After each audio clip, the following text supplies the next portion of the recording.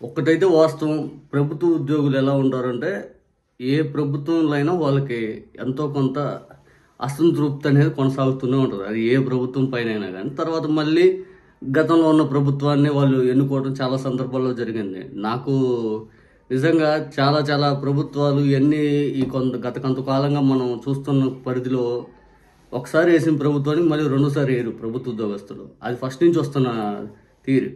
ఇది లేటెస్ట్గా వచ్చేసరికి టీచర్స్ విషయానికి వద్దాం. డిఏలు ఇవ్వలేదు. తర్వాత ఈ ఉద్యోగ సంఘాలను అందరిని పిలిచి చంద్రబాబు నాయుడు గారు మీటింగ్ పెట్టలేదంట. అంటే కనీసం వాళ్ళని గౌరవార్థంగా కనీసం పిలిచి ఏం జరిగింది, ఏం కావాలని కూడా అడగలేదంట. అది కూడా వాళ్ళు బాధపడతా ఉన్నారు. ఇట్లా రకరకాల ఇష్యూస్ వాళ్ళ మధ్య కూడా ఉన్నది. ఇంకోటి టైమింగ్స్ ఒకటి పెంచారంట టీచర్లకి. ఈ మధ్య మనం చూసాం 5 దాకా విద్యాశాఖ నోటిఫికేషన్ ఇచ్చింది. అదొకటి అసంతృప్తిలో ఉన్నారని టాక్ వస్తూ ఉంది. ఇట్లా టీచర్స్ విషయంలో లేదా ఉద్యోగస్తుల విషయంలో ఇట్లా జరుగుతూ ఉంది. లేటెస్ట్గా ఇంకా సచివాలయ ఉద్యోగస్తులు కూడా కొంత అసంతృప్తికి లోనవుతున్నట్టుగా వాట్సాప్లో ఒక మెసేజ్, ఫార్వర్డింగ్ మెసేజ్ అనేది వస్తూ ఉంది. పర్సనల్గా ఒక అతను పంపించాడు నాకు. తర్వాత గ్రూపుల్లో కూడా వచ్చింది. వాట్సాప్ గ్రూపుల్లో ఒక గ్రూప్ ఉంది, ఆ గ్రూప్లో కూడా వచ్చింది నాకు.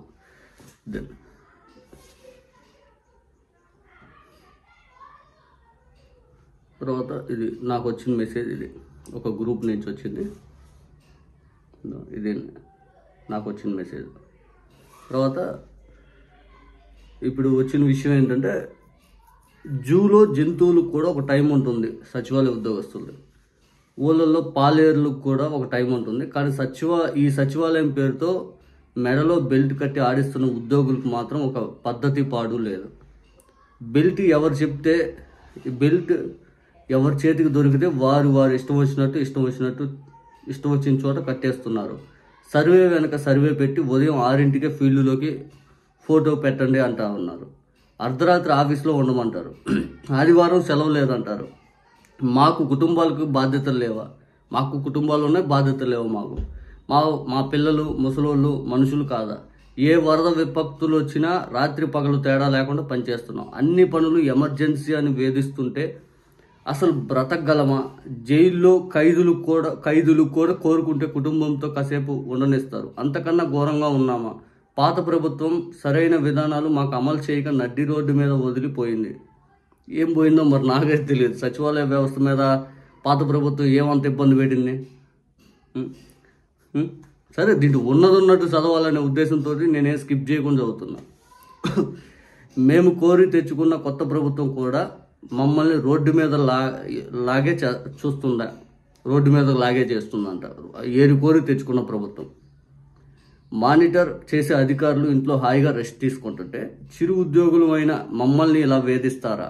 ఇంత ఒత్తిడితో ఏ హృదయం అయినా తల్లడిల్లినా, ఏ గుండెైనా ఆగినా ఆ బాధ్యత వారిదే.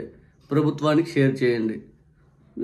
మీకు వేధింపులో లేకపోతే ఇంకోటో సచివాలయ ఉద్యోగస్తులు దాదాపు జగన్మోహన్ రెడ్డి గారు మానసపుత్రి కాదు, దాదాపు అందరూ ఉద్యోగస్తులు ఓటేస్తారని మేమైతే అనుకున్నాం. కానీ దాంట్లో కూడా దాదాపు 60-70% ఓట్లు వేయలేదని టాక్ బయట నచ్చింది. ఇంకేమో అనుకోవాలి వాళ్ళని. అసలు ఆ వ్యవస్థ సృష్టించి మిమ్మల్ని పూర్తి స్థాయిలో నిలబెట్టి గ్రామాలకి మీరే అధిపతుల్లాగా పెత్తనం చెలాయించేలాగా చేసి ఎంత మీకు చేస్తే ఇంకా మాకు అసంతృప్తి అంటే ఎవడేం చేస్తాడు?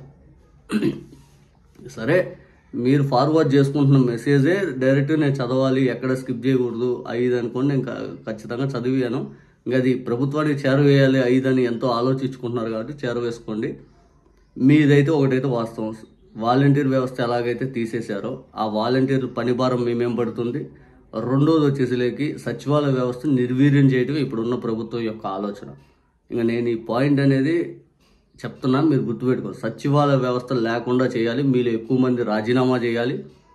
ఆ వ్యవస్థ నీరు గారిపోయిందని వ్యవస్థను తీసేసే ప్రక్రియ జరిగినా కూడా ఆశ్చర్యం లేదు. అది ఇంకా ఆలోచించుకోండి.